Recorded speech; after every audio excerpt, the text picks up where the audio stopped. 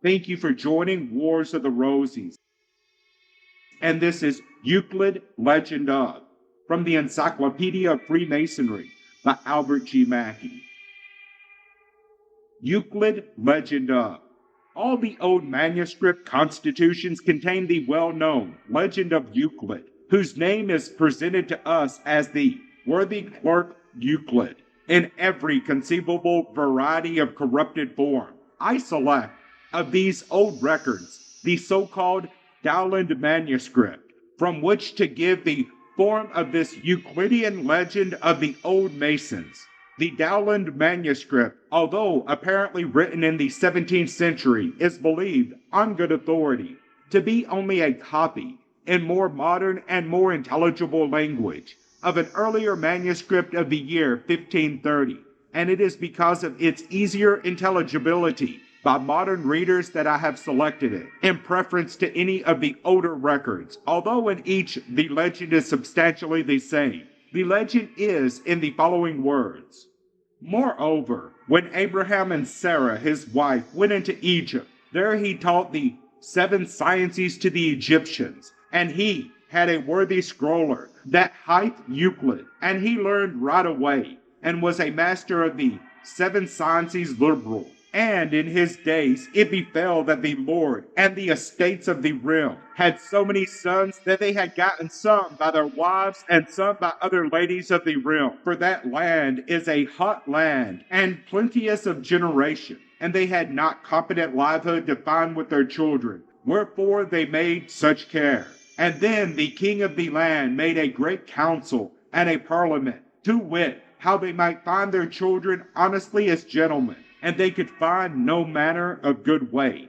And then they did cry through all the realm, if there were any man that could inform them, that he should come to them, and he should be so rewarded for his travail, that he should hold him pleased. After that this cry was made, then came this worthy clerk Euclid, and said to the king and to all his great lords, If ye will, take me your children to govern, and to teach them one of the 7 sciences, wherewith they may live honestly as gentlemen should, under a condition that ye will grant me and them a commission that I may have power to rule them after the manner that the science ought to be ruled, and that the king and all his council granted to him alone and sealed their commission. And then this worthy took to him these lords' sons, and taught them the science of geometry and practice, for to work in stones all manner of worthy work that belongeth to building churches, temples, castles, towers, and manors,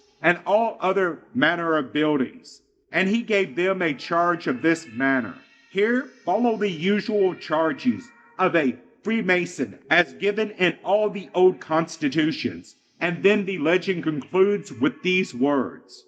And thus was the science grounded there, and that worthy master Euclid gave it the name geometry, and now it is called all through this land Masonry.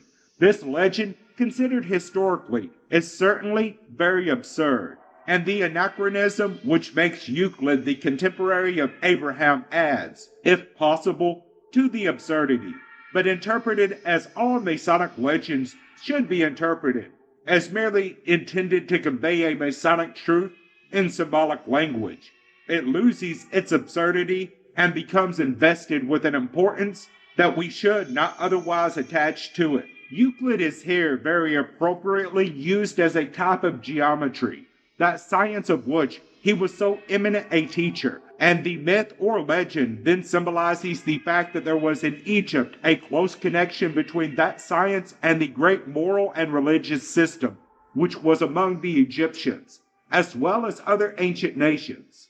What Freemasonry is at the present day, a secret institution established for the inculcation of the same principles, and inculcating them in the same symbolic manner. So interpreted, this legend corresponds to all the developments of Egyptian history, which teach us how close a connection existed in that country between the religious and scientific systems. Thus Kenrick tells us that, when we read of foreigners in Egypt being obliged to submit to painful and tedious ceremonies of initiation, It was not that they might learn the secret meanings of the rites of Osiris or Isis, but that they might partake of the knowledge of astronomy, physics, geometry, and theology. The legend of Euclid belongs to that class of narratives which, in another work, I have ventured to call the mythical symbols of Freemasonry. Thank you for watching, and please don't forget to share, like, subscribe, and comment. And if you can, please consider donating to Wars of the Rosies. Links to PayPal and Patreon are in the description. Thank you so very much.